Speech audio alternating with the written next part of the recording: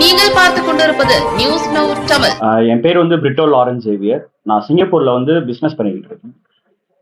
எனக்கு வந்து கல்யாணம் ஆகி விவாகரத்து ஆயிடுச்சு. அப்ப விவாகரத்தான ஏன்னா கல்யாணம் ஆகி எனக்கு 1 மாசம் தான் நான் அந்த பொண்ணு கூட இருந்தேன். அதுக்கப்புறம் விவாகரத்து ஆயிடுச்சு. விவாகரத்து ஆகிட்டு நான் மறுபடியும் சிங்கப்பூருக்கு போயிட்டேன். போயிட்டு சிங்கப்பூர்ல வந்து இந்த கல்யாணம் ஆகி விவாகரத்தானதுனால கொஞ்சம் மனநிலைமை கொஞ்சம் சரியில்லை. கொஞ்சம் அப்பப்ப கிளப்புக்கு போவேன். கிளப்புக்கு போறப்ப பிரீத்தின்றவங்க எனக்கு பழக்கம். அவங்க வந்து எனக்கு வந்து அவங்களே ஃபோன் பண்ணி பேசி இந்த மாதிரி வாங்க, எனக்கு சப்போர்ட் பண்ணுங்க அப்படின்னு சொல்றாங்க. ஆரம்பத்துல வந்து நான் அவங்களுக்கு வந்து ஃபுல்லா எதுவுமே புடி கொடுக்காம தான் போய்கிட்டு இருக்கேன். அதுக்கப்புறம் டெய்லியும் காலையில இருந்து நைட்டு வரைக்கும் விடாப்படியா ஃபோன் பண்ணி வாங்க வாங்கன்னு சொல்லி என்னை வந்து ஆசை வார்த்தை கூறி இந்த மாதிரி நான் லவ் பண்றேன் உங்களை, எனக்கு உங்க ரொம்ப பிடிச்சிருக்குது, நான் கல்யாணம் பண்ணா உங்களை தான் பண்ணிக்குவேன், ஆனா என் வீட்டுல இருக்க குடும்ப கஷ்டத்தினாலையும் எனக்கு ஏற்கனவே ஒரு பாய் ஃப்ரெண்டு ரிக்சன் ஒருத்தன் இருந்தான், அவன் பண்ண டார்ச்சர்னாலையும் தான் நான் வந்து சிங்கப்பூருக்கு வந்தேன், இந்த வேலைக்கே நான் வந்தேன், என்னால இங்க இருக்க முடியல அப்படின்னு சொல்லி என்னை ரொம்ப வற்புறுத்தினாங்க. அதுக்கப்புறம் நான் என்ன பண்ணேனாக்க, அவங்க சொன்னாங்க இந்த மாதிரி வந்து கிளப்ல இருந்து என்னை வெளியே கூட்டு போங்க, இங்க என்னால இருக்கவே முடியாதுன்னு சொன்னனால நான் அவங்க வற்புறுத்துறதுனால கிளப் ஓனர்கிட்ட பேசி 80,000 வெள்ளி சிங்கப்பூர் காசு அந்த கிளப் ஓனர்கிட்ட கொடுத்து என் வீட்டுக்கு நான் கூட்டு போறேன். எவ்வளவு காசு? இந்தியன் ருபீஸ்க்கு வந்து 70 லட்சம் ரூபாய் கட்டுறேன். 70 லட்சம் ரூபாய் கட்டி நான் என் வீட்டுக்கு கூட்டு போறேன். சிங்கப்பூர்ல எனக்கு என் வீட்டுக்கு வந்து 4 மாசம் என் கூட இருந்தாங்க. 4 மாசம் இருக்கும்போது அவங்க என்ன சொல்றாங்கனாக்க, எங்க வீட்டுல வந்து நானு, அம்மா, தம்பி 3 பேர் தான். தம்பி வேலைக்கு போக மாட்டான், அவன் வீட்டுல சும்மா தான் இருக்கான். அப்பா வந்து இன்னொரு கல்யாணம் பண்ணி சின்ன வயசுலயே வேற இடத்துல போய் செட்டில் ஆயிட்டாரு. குடும்பத்தை நான் தான் பாக்குறேன், வீட்டுல ரொம்ப கஷ்டம், வருமானத்துக்கு எதுவுமே கிடையாது அப்படின்னு சொல்றாங்க. அப்ப நான் அவங்க என்னன்னாக்கா, என் வீட்டுல இருக்கிறப்ப வீட்டு செலவுக்கு காசு வேணும் காசு வேணும் காசு வேணும்னு சொல்லி மாசம் எப்படியும் 5 லட்சம் ரூபாயில இருந்து 10 லட்சம் ரூபாய் என்கிட்ட வந்து வீடு கட்டிக்கிட்டு இருக்கேன், அந்த வீட்டை மட்டும் கட்டி முடிச்சிட்டேனாக்க நான் சிங்கப்பூர்லயே வந்து அவங்க கூட செட்டில் ஆயிருவேன் அப்படின்னு சொல்றாங்க. ஏன் சிங்கப்பூர்ல வந்து செட்டில் ஆகுறதுக்கு எதுக்கு நான் உனக்கு வீடு கட்டி கொடுக்கணும் அப்படின்றதுக்கு எனக்கு எங்க அம்மாவும் என் தம்பியும் மட்டும் தான், வேற யாருமே கிடையாது, அவங்களோட விட்டுட்டு வர முடியாதுன்றாங்க. அவங்க சொன்னதுனால, அவங்க வற்புறுத்தினால, சரி நம்ம கூட கல்யாணம் பண்ணிட்டு இருக்க போற பொண்ணு தானே, சிங்கப்பூர்ல தானே இருக்க போறாங்க, இங்க ஊர்ல தான் அவங்க அம்மா அவங்க தம்பியும் மட்டும் தானே, சரி அப்படின்ட்டு வீட்டுக்கு இடம் வாங்கி கொடுத்து வீடு கட்டி கொடுத்து, அது மட்டும் இல்லாம செலவுக்கு காசு கொடுத்து 2 காரு வாங்கி கொடுத்து கிட்டத்தட்ட 2.5 கோடியில இருந்து 3 கோடி ரூபாய் வரைக்கும் அவங்களுக்கு நான் செலவு பண்ணியிருக்கேன்.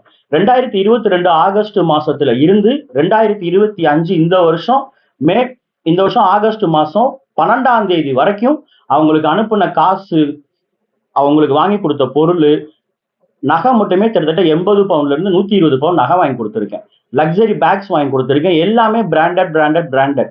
ஆனா இவங்க என்னன்னா, ஏன் கூட இருக்கும் போதே பல நபர்களோட தொடர்பு வச்சிருந்திருக்காங்க. அது எனக்கு சுத்தமா தெரியல.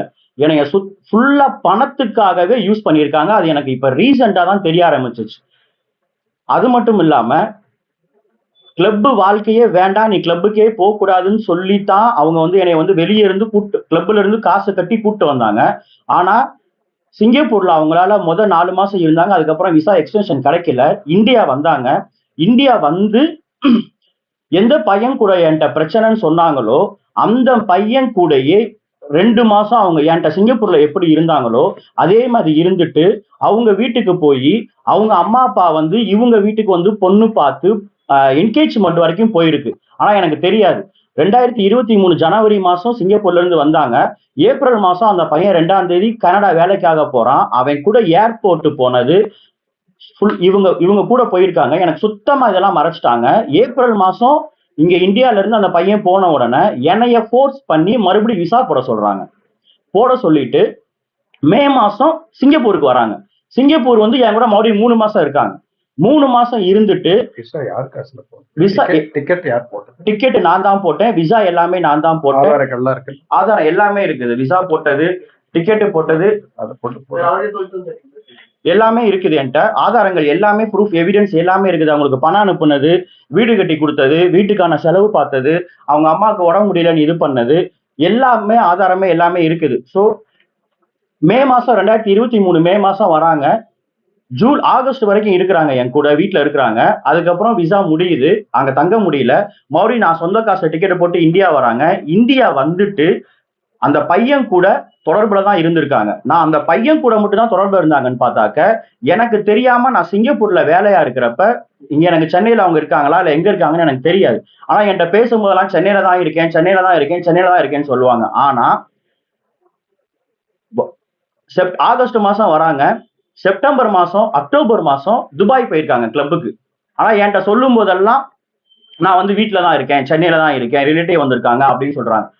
அதுக்கப்புறம் மறுபடியும் நான் சிங்கப்பூர்ல இருந்து ஜனவரி மாசம் 2024 இங்க வரேன். அவங்க தம்பி இறந்திருக்காங்கன்னு சொல்றாங்க. அதனால நான் வரேன்.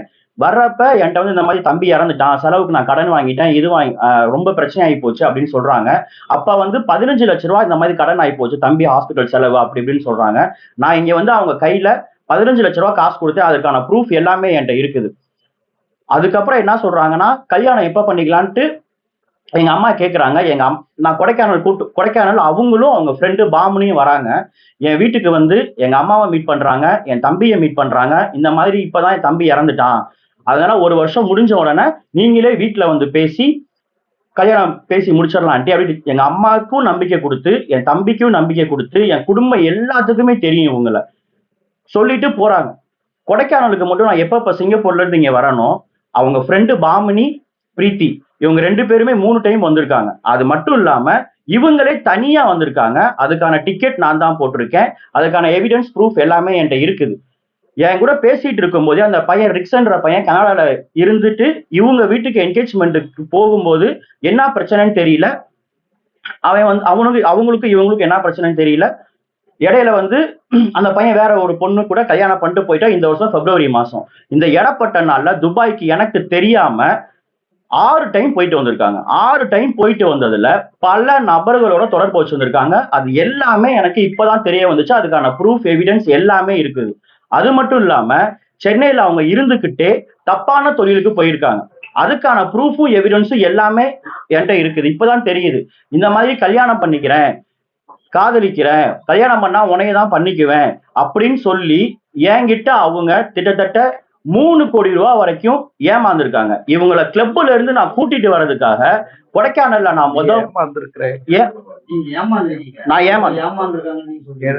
நான் தான் ஏமாந்துருக்கேன். இவங்க என்னை கல்யாணம் பண்ணி காதலிக்கிறேன், கல்யாணம் பண்ணிக்கிறேன்னு சொல்லி என்னை வந்து 3 கோடி ரூபாய் வரைக்கும் ஏமாத்தி இருக்காங்க.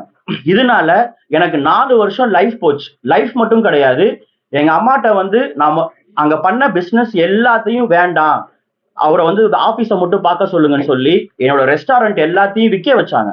அதனால எனக்கு வந்து பல கோடி ரூபாய் நஷ்டம். இதுக்கு முழுக்க முழுக்க காரணம் பிரீத்தின்றவங்க தான். அது மட்டும் இல்லாம நான் சிங்கப்பூர்ல இருந்து இந்தியா வந்தேன். மறுபடியும் நான் சிங்கப்பூருக்கு போகணும்னா என்னை கல்யாணம் பண்ணிட்டு தான் போகணும்னு சொல்லி எங்க அம்மாட்டையும் பேசி எங்க அம்மா மனசையும் மாத்தி என்னைய தேவையில்லாம 6ல இருந்து 8 மாசம் வரைக்கும் இங்கேயே உட்கார வச்சு இங்க இருக்கும் போதும் சரி என்கிட்ட வந்து அக்கௌண்ட்ல மட்டுமே இந்த 8 மாசத்துல 30 லட்சம் ரூபாயில இருந்து 80 லட்சம் ரூபாய் வரைக்கும் அக்கௌண்ட்ல டிரான்சாக்ஷன் பண்ணியிருக்கேன்.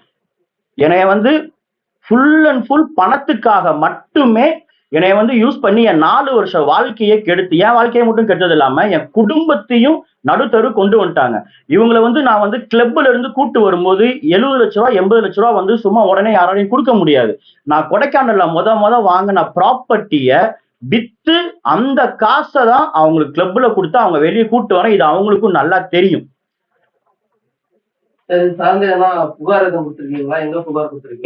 நான் புகார் கொடுத்திருக்கேன். கமிஷனர் ஆபீஸ்ல புகார் கொடுத்திருக்கேன். புகாரோட காப்பி தான் இருக்குது. அவங்க கமிஷனர் அம்மா என்ன சொன்னாங்கன்னா நடவடிக்கை எடுக்கிறேன் அப்படின்னு சொல்லியிருக்காங்க. இதுதான் அவங்க போட்டோ. இவங்க தான் பிரீத்தி. இது வந்து அவங்க வந்து அந்த பையன் கூட ஏப்ரல் 2ஆம் தேதி, ஜனவரி மாசம் ஏப்ரல் 2023ஆம் தேதி சிங்கப்பூர்ல என் கூட இருந்துட்டு வந்தாங்க. அதுக்கப்புறம் ஏப்ரல் 2ஆம் தேதி அவங்க கூட ஏர்போர்ட் போன இது அந்த வீடியோஸ் எல்லாமே என்கிட்ட இருக்குது. இது வந்து அவங்க வந்து அந்த கிளப்புக்கு போன இது சாய் சக்தி, இது வந்து அவங்க கிளப்புக்கு போன ப்ரூஃப் எவிடன்ஸ் எல்லாமே, அந்த கிளப் ஏஜென்ட்ட பேசினது எல்லாமே. இது வந்து நான் அவங்க வீட்டு ஹெல்ப் பண்ணது, வீடு கட்டி கொடுத்ததுக்கான சாட்சிகள் ப்ரூஃப் எவிடன்ஸ் எல்லாமே இருக்குது. இவங்க வந்து அவங்க ஃப்ரெண்டு பேரு பாமினி, இவங்களும் இவங்க பண்ற தப்புக்கு எல்லாமே இவங்களும் உடந்த இவங்க தான் எனக்கு ஃபோன் பண்ணி இந்த மாதிரி பிரீத்தி வீட்டுல பிரச்சனை. பிரீத்தி இவங்களும் சென்னை தான். இவங்க சென்னையில வந்து இந்த பிரீத்தி, கீர்த்தின்னு ஒரு பொண்ணு, அப்புறம் இந்த பொண்ணு பேரு பாமணி. இவங்க 3 பேரும் சேர்ந்துதான் என் பணத்தை வாங்கி வாங்கி வாங்கி நல்லா ஒரு வசதியான வாழ்க்கைக்காக என்னைய வந்து யூஸ் பண்ணிக்கிட்டாங்க. அவங்க எதுவுமே சொல்லவே இல்லை. எனக்கு வந்து நான் கேட்டதுக்கு என் நம்பரை பிளாக் பண்ணிட்டாங்க. நான் வீட்டுக்கு போனதுக்கு நான் உன்னை போலீஸ்ல கம்ப்ளைண்ட் பண்ண போறேன், இது பண்றேன் அது பண்றேன் ஆளுங்களை வச்சு மிரட்டுறாங்க என்னைய. அதனால வேற வழி எனக்கு என்ன பண்றது ஏது பண்றதுன்னு தெரியாம நான் கமிஷன் ஆபீஸ்ல போய் கம்ப்ளைண்ட் கொடுத்துட்டு இப்ப நீதி கேட்டு வந்து நிக்கிறேன். எவ்வளவு நாளா பழக்கம்? எனக்கு 2022 ஆகஸ்ட் மாசத்துல இருந்து 2025 இப்போ நடந்து முடிஞ்ச ஆகஸ்ட் மாசம் 17ஆம் தேதி வரைக்கும் பழக்கம். 4 வருஷம் பழக்கம். ஏன் முறையா உங்களை நீங்க மேரேஜ் பண்ணல? அவங்க என்ன சொன்னாங்கன்னாக்கா, வீட்டு எனக்கு ரொம்ப கஷ்டம், எங்க வீட்டுல வந்து என் குடும்பத்தை வந்து செட்டில் பண்ணிட்டு நான் கல்யாணம் பண்ணிக்கிறேன். 4 வருஷமா நீங்க தான் அவங்க ஃபேமிலிக்கு உண்டான எல்லா இதுவுமே பண்ணிட்டீங்களா? அப்புறம் பண்ண வேண்டியதானே கல்யாணம்? அவங்க தான் சொல்றாங்க கல்யாண பேச்சை எடுத்தாலே தள்ளி தள்ளி தள்ளி ஏதாச்சும் ஒரு காரணம் சொல்லி இந்த பிரச்சனை இருக்கு அந்த பிரச்சனை இருக்குன்னு சொல்லி ஃபுல்லா தள்ளி போட்டுக்கிட்டே இருக்காங்க. எங்க அப்பா வந்து வீட்டுல வந்து பிரச்சனை பண்ணுவாரு, கொஞ்சம் வெயிட் பண்ணுங்க, நீங்க கிறிஸ்டின்னு வீட்டுல வந்து என்னை வந்து ஒத்துக்க மாட்டாங்க, கொஞ்சம் டைம் கொடுங்க, அது நான் வீட்டுல பேசி எப்படியாச்சும் இது பண்றேன்னு சொன்னாங்க. 2023 டிசம்பர் மாசம் அவன் தம்பி இறக்குறாங்க. இறந்தவன என்ன சொல்றாங்கன்னா, தம்பிக்கு 1 வருஷம் காரியம் முடிஞ்ச உடனே கல்யாணம் பண்ணிக்கிறேன்னு சொல்றாங்க. எங்க அம்மாட்டையும் போன் பண்ணி தம்பி காரியம் முடிஞ்சு நீங்களே வந்து வீட்டுல பேசுங்க ஆண்டி, கல்யாணம் பண்ணிக்கலாம் ஆண்டின்னு சொல்றாங்க. இப்ப தம்பி இறந்து 1 வருஷம் முடிஞ்சு போச்சு. பிப்ரவரி மாசம் எங்க அம்மா போன் பண்ணி கேக்குறாங்க, என்ன அம்மா 1 வருஷம் முடிஞ்சு போச்சு, ஏன்னா வீட்டுல வந்து கேட்கலாமா அப்படின்னு. மார்ச் மாசம் என்ன சொல்றாங்க, வாங்க ஆண்டி அப்படின்னு சொல்றாங்க. 2 நாள்ல என்ன சொல்றாங்க, எங்க வீட்டுல வந்து பிரச்சனை பண்றாங்க, நீங்க கிறிஸ்டின்னு, இன்னொன்னு வந்து ஏற்கனவே உங்க பையனுக்கு வந்து விவாகரத்து ஆயிருக்கு, அதனால எங்க வீட்டுல வந்து கொஞ்சம் பிரச்சனை பண்றாங்க, 2 மாசம் டைம் கொடுங்க, நான் உங்களுக்கு வீட்டுல சமாதானப்படுத்திட்டு பேசி முடிச்சுக்கலாம் அப்படின்றாங்க. அதுக்கப்புறமா தான் அவங்க வந்து நல்லா பேசிட்டு இருந்தாங்க. ஆகஸ்ட் மாசம் வரைக்கும், ஆகஸ்ட் மாசம் மட்டுமே கிட்டத்தட்ட 2 கார், நிசான் மேக்னெட் ஒரு கார் வாங்கி கொடுத்துருக்கேன், கிரெட்டா என்லைன் ஒரு கார் புக் பண்ணியிருக்கேன், அதுக்கான ப்ரூஃப் எவிடன்ஸ் எல்லாமே என்கிட்ட இருக்குது. கார் வாங்கி டெலிவர் பண்ண காரை எடுக்க போற நேரத்துல என்ன சொல்றாங்கனாக்க, என் வீட்டுல பிரச்சனை அப்படின்னு சொல்லிட்டு போனை பிளாக் பண்றாங்க. எதுவுமே சொல்லல. அவங்க ஃப்ரெண்ட்ஸுக்கு போன் பண்ணாக்க அவங்க வந்து இல்ல பிரிட்டோ சம்மந்தமா என்கிட்ட பேசாது, அவங்க ஒரு புது புது கதையை சொல்றாங்க. ஆனா எதுவுமே உண்மை கிடையாது. இவங்க முழுக்க முழுக்க காசுக்காக என்னை யூஸ் பண்ணியிருக்காங்க. இப்ப அவங்க வந்து இன்னும் 2 பேர்த்தோட தொடர்புல இருக்காங்க. அதற்கான எவிடன்ஸும் ப்ரூஃபும் என்கிட்ட இருக்கு. வீடு வாங்கி கொடுத்தீங்க, அது யார் பேர்ல இருக்கு? வீடு வாங்கி கொடுத்தது அவங்க பேர்ல தான் இருக்குது. ஏன்னா என் பேர்ல, ஏன்னா சிங்கப்பூர்ல நான் பிசினஸ் பண்ணிட்டு இருக்கனால என்னால அடிக்கடி போயிட்டு வந்துட்டு இருக்க முடியாது. இப்போதைக்கு என் பேர்ல இருக்கட்டும், அப்புறமா நம்ம மாத்திக்கலாம் அப்படின்னு அவங்க தான் சொன்னாங்க. சிங்கப்பூர் கிரீன் ஓடுறாங்க. புரியல? கிரீன் கார்டு ஓடுறாங்க சிங்கப்பூர்ல. ஆமா. சென்னையில பிறந்து வந்ததுன்னா சென்னை. பிறந்து வளர்ந்து படிச்சது எல்லாமே கொடைக்கானல். சிங்கப்பூர்ல போய் பிசினஸ் பண்ணி செட்டில். கிளப்ல தான் பழக்கமா வராங்க. ஆமா. என் நம்பருக்கு என் நம்பர் எப்படி அவங்களுக்கு போச்சுன்னு தெரியல, என் நம்பர் அவங்க யார் கொடுத்தாங்கன்னு தெரியல. போன் பண்ணி வர வச்சது என்னை அவங்க தான். கிளப்ல வந்து அவங்க வந்து டான்சரா இருக்காங்க. சிங்கப்பூர்ல எங்க? Little India. சிங்கப்பூர்ல லிட்டில் இந்தியால டன்லப் ஸ்ட்ரீட்ல மின்னலேன்ற கிளப்ல வேலை பார்த்தாங்க. இப்போ உங்க கூட தனியா இருந்தாங்க. ஆமா. உங்க ரிலேஷன்ஷிப் எப்படி இருந்தது? ஹஸ்பண்ட் அண்ட் ஒய்ஃப் எப்படி இருப்பாங்களோ அதே மாதிரி தான் இருக்கும். கெட் டுகெதர்ல தான் வாழ்ந்திருக்கீங்க? ஆமா, லிவிங் டுகெதர்ல தான் இருக்கும். இப்போ அவங்க அம்மா என்ன சொல்றாங்க? அவங்க அம்மா வந்து நான் யாருன்னு கேக்குறாங்க. இப்ப போன் பண்ணி கேட்டதுக்கு நீ யாருப்பா அப்படின்னு கேட்டாங்க. அவங்க அம்மா தான் என்னைய வீட்டுக்கு கூட்டு போனாங்க, நான் சமைச்சு கொடுத்தாங்க. அவங்க அம்மா பிரச்சனைய சொல்லி என்கிட்ட காசு கேட்டிருக்காங்க. அவங்க குடும்பத்துக்கு, அவங்க பாட்டிக்கு, அவங்க அம்மாவுக்கு, அவங்க சித்திக்கு, அவங்க வீட்டுல இருக்க சின்ன குழந்தைங்க முதற்கொண்டு எனக்கு எல்லாமே தெரியும். திடீர்னு இப்ப வந்து பேச்ச மாத்துறாங்க, நீ யாருப்பா, நீ ஃப்ரெண்டுன்னு தான் என் பொண்ணு சொல்லிச்சு உன்னைய, இந்த மாதிரி யாரும் சொல்லவே இல்லை. இப்ப வந்து நாங்க எதுவுமே அவங்க அம்மா வந்து என் நம்பரை பிளாக் பண்ணிட்டாங்க. அவங்க பொண்ணு பிரீத்தின்ற பொண்ணு பிளாக் பண்ணிருச்சு. அவங்க ஃப்ரெண்ட்ஸ் எல்லாமே பிளாக் பண்ணிட்டாங்க. அவங்க சித்தியும் பிளாக் பண்ணிட்டாங்க. இப்ப நான் வந்து யாரோ ரோட்ல போற தேர்ட் பார்ட்டி மாதிரி ட்ரீட் பண்றாங்க.